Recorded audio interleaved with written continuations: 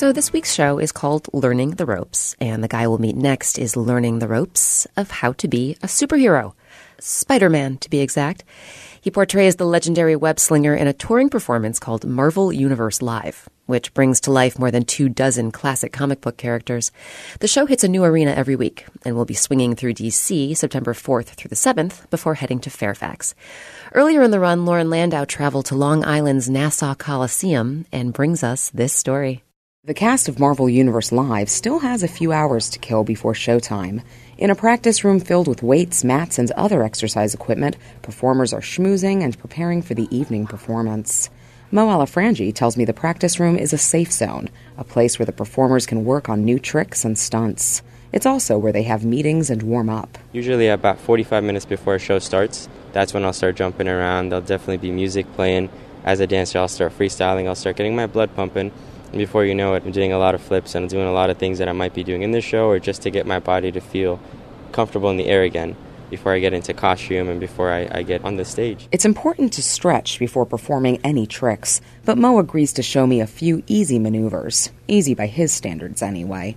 He starts with something called a Webster, an appropriately named trick for his character. I'm playing Spiderman.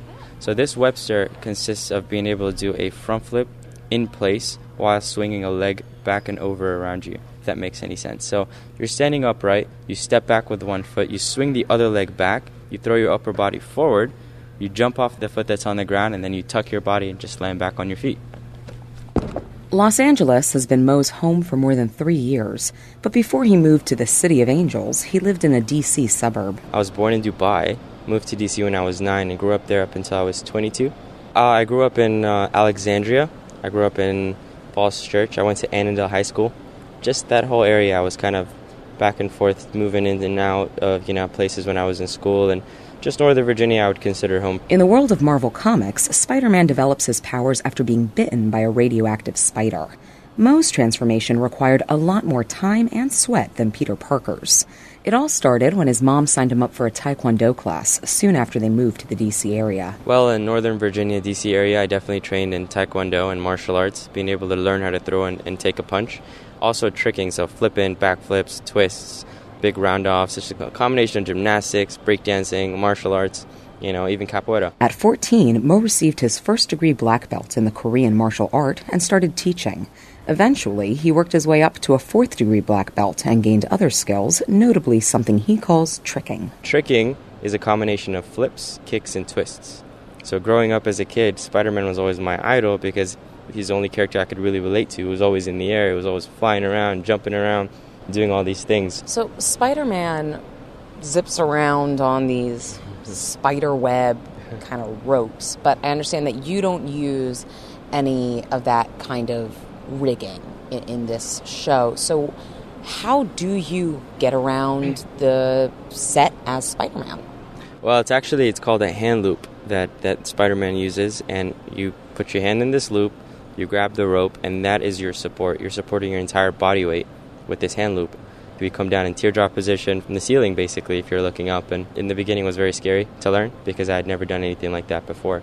But throughout the rehearsal process, we definitely took it one step at a time. And so the hand loop has been my best friend now. I trust it, and I don't second guess or anything like that when I'm up there. I kind of just focus on the scene now. But there is good reason to hesitate. Any attempt to defy gravity comes with a risk, which Moe knows all too well. On Christmas Day in 2010, a snowboarding accident in West Virginia nearly claimed his life and his future career. I decided I wanted to jump off of a ramp coming down a mountain, and it was 30 feet up in the air. And so apparently, I say apparently because I don't remember the accident.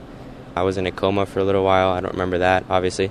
It's kind of crazy and weird to think about, but I think it's a blessing in disguise. I don't remember any of the pain or the suffering. My first memory is checking out of rehab. Although he didn't break any bones, the trauma to his head was significant. Doctors and medical professionals, I think, jumped to the worst conclusions sometimes and said that I would never be the same again, meaning I would never be able to do martial arts, let alone teach it, let alone trick, or even run on a treadmill. But he wasn't about to accept that prediction. I'm not a big fan of having somebody point their finger at you and decide what you are or are not capable of accomplishing. I took that into my hands and just decided to work as hard as I could to prove these medical professionals wrong. With time, patience, and dedication, he slowly began to recover. I started to regain my skill sets back, and I started to trick again. I started to dance, and now I wasn't nearly as good as I was in the past, but that's when I took the first step that changed my life, and I booked a flight to LA. Moe says before the accident, he wouldn't have had the nerve to leave home. But when a friend told him about an audition for the world tour of How to Train Your Dragon Live Spectacular, he decided to take the chance. All of a sudden, I was a new person, and I decided, I wanted to not live my life in fear. I wanted to follow my instincts. I wanted to follow my gut. And want to think so logically about everything, And so booking that flight, I ended up booking the job. That gig jump-started his career, helping him land roles in film and television. But Moe says performing live is a much more personal experience, which he's excited to share with his friends and family. Coming back to DC I can't even begin to describe how fulfilling it's going to be, God willingly. This is something that I've been looking forward to do for a really long time, to have my mom see me portray this character that she could even relate to growing up as a kid. It almost brings tears to my eyes. And even though his mailbox is in California, Moe says the DC region will always be home. I'm Lauren Landau.